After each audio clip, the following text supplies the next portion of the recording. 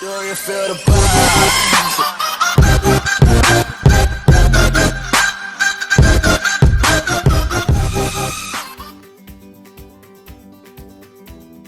Hello, grade 9. Another day to live, another day to laugh, another day to love, and another day to learn. We are done with the two methods of solving quadratic equation, which are the factoring and completing the square method. You have learned more and I will give you more. We will now move with the third method, which is extracting a square root. So for our lesson 1.1.3, we need to solve quadratic equation by extracting a square root. So let us take a look with the activity below. First is for you to find the root. For our directions that you need to find the following square roots and answer the questions that follows. So we have here square root of 49, negative square root of 64, negative square root of 25, square root of 121, and square root of 16 over 25. So in your module, please answer the following question. First is, how did you find each square root?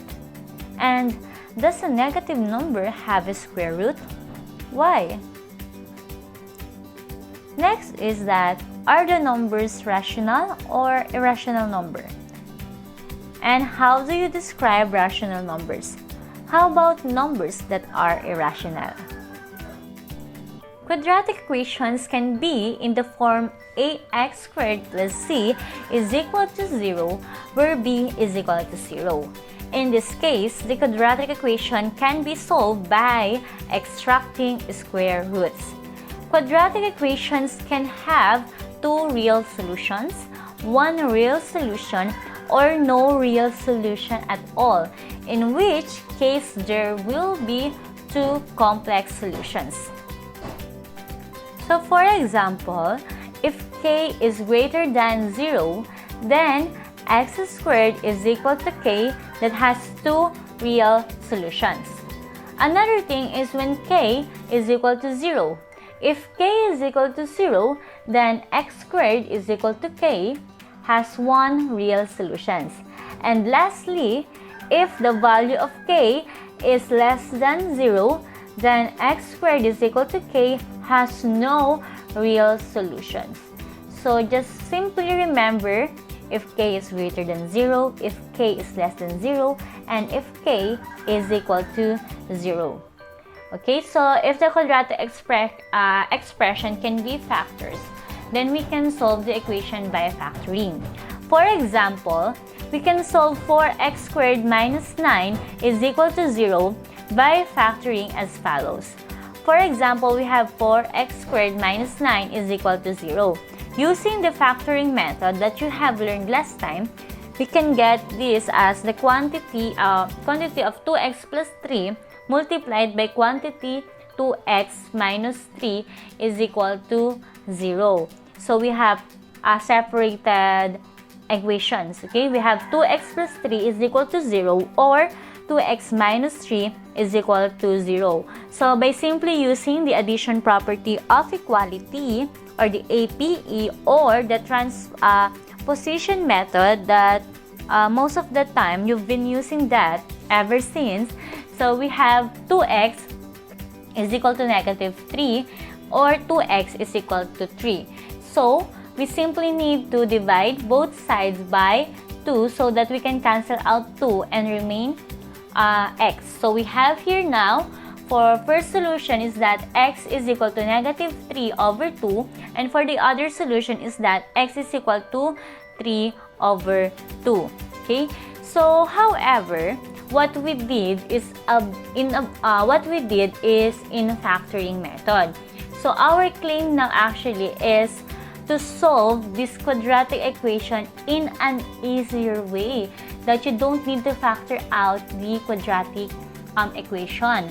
So we will try an alternative method through using the extracting the square root. So we have here once again the 4x squared minus 9 is equal to 0. We simply transpose or use the APE in solving this. So we have 4x squared now is equal to 9. So divide both sides by 4. So our answer is x squared is equal to 9 over 4. That is the value, of course, of x squared, not the x. That's why we need to use the square root, okay, or extracting the root method. So we need to find the square root of x squared and of course the square root of 9 over 4. So square root of x squared is equal to plus minus square root of 9 over 4 is simply equal to the absolute value of x is equal to plus minus 3 over 2. So as you can see here, we arrive actually in the same number of answer even if we use different methods, okay? So we only need to remember simple steps for using extracting the roots. Step 1 is for you to isolate the x squared. Step 2 is to take the square root of both sides. And for step 3 is to apply the square root property, in which case that for any real number, k for example, if x squared is equal to k, then x is equal to plus minus square root of k. Okay, so let's have another examples for this. So for number 1, we have x squared minus 16 is equal to 0. So for our solution, again, I've been using the transposition method kasi most of the time, ito yung kabisado ninyo, okay? Although, lagi kong kinokorek kayo na there's no such thing as transposition in mathematics. Most of the time, we need to use the addition property of equality, in which, di ba, para ma-cancel out siya, yung negative 16, mag-a-add ka lang ng 16. So, pag pinag-add mo siya is 0. So, other than that, we can use the transposition method. So, from x squared minus 16 is equal to 0, we have now x squared is equal to 16. Then, we need to take the square root of both sides. So, square root of x squared is equal to square root of 16. So, the square root of x squared is simply x, okay? And the square root of 16 is that positive or negative 4. Because positive 4 times positive 4 is equal to 16. And as well as negative 4 times negative 4 is equal to 16. Because in multiplying numbers or integers, same sign, okay, is positive. So, for our answer is that the solution of x is 4 and negative 4. That is how easy if you're going to use extracting the roots in solving quadratic equation. But of course, you also need to learn several methods, diba? So that you can choose or ano yung appropriate methods in solving a specific quadratic equation, okay? So for number 2 is that we have x squared minus 49 is equal to 0. So for our solution, once again, I use the transposition method. So we have x squared is equal to 49. So once again, square root both sides. So square root of x squared is equal to the square root of 49. So square root of x squared is equal to x. And then square root of 49 is equal to plus minus 7. Or simply, the solution of x is 7 and negative 7. Okay, so third example is that we have x squared minus 4 is equal to 60. So we need to transpose all the constant terms, okay, to the right side of the equation. So for our solution, we have now x squared is equal to 60. From minus 4, we have plus 4. So 60 plus 4 is equal to 64. Now we have to find the square root of the both sides. So square root of x squared is equal to square root of 64. So square root of x squared is equal to x, okay? Because x times x is equal to x squared. Then the square root of 64 is equal to plus and minus 8. So our solution of x is simply 8 and negative 8, okay? So another example, okay? Marami tayong example ngayon, no? For number 4, we have x squared minus 1 is equal to 120. Once again, for our solution, instead of factoring or using the factoring method, we can use the extracting the roots. So we have x squared is equal to 120 plus 1. So, square root of x squared is equal to square root of 121. So, that is x is equal to plus and minus 11 because 11 times 11 is equal to 121. So, for our solution is that x is 11 and negative 11. For our last example, for number 5, we have x squared minus 81 is equal to 0. So for our solution, x squared is equal to 81 because we transpose negative 81 to the right side of the equation. Next is to find the square root of both sides. So square root of x squared is equal to square root of 81. So square root of x squared is equal to x, and square root of 81 is equal to plus and minus 9. So for our solution is that x is equal to 9 or negative 9.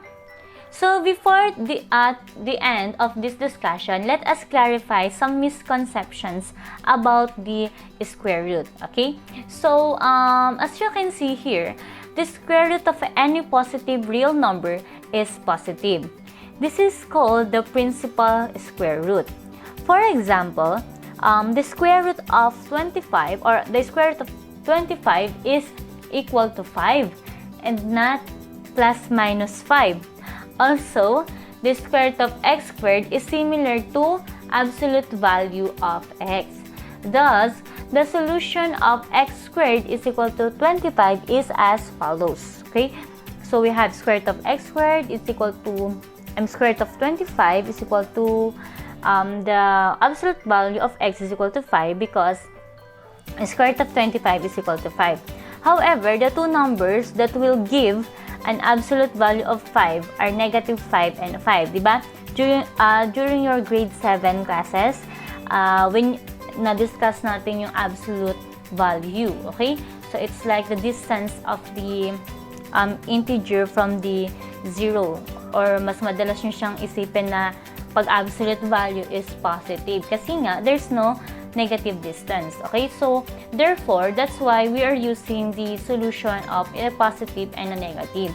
That's why the solutions for the square root of 25 is x is equal to 5 or x is equal to negative 5. Okay, so with that, let me end the lesson about extracting square root and answer the given activity. Let's work this out. So, thank you and God bless. Hopefully, you learned something new today.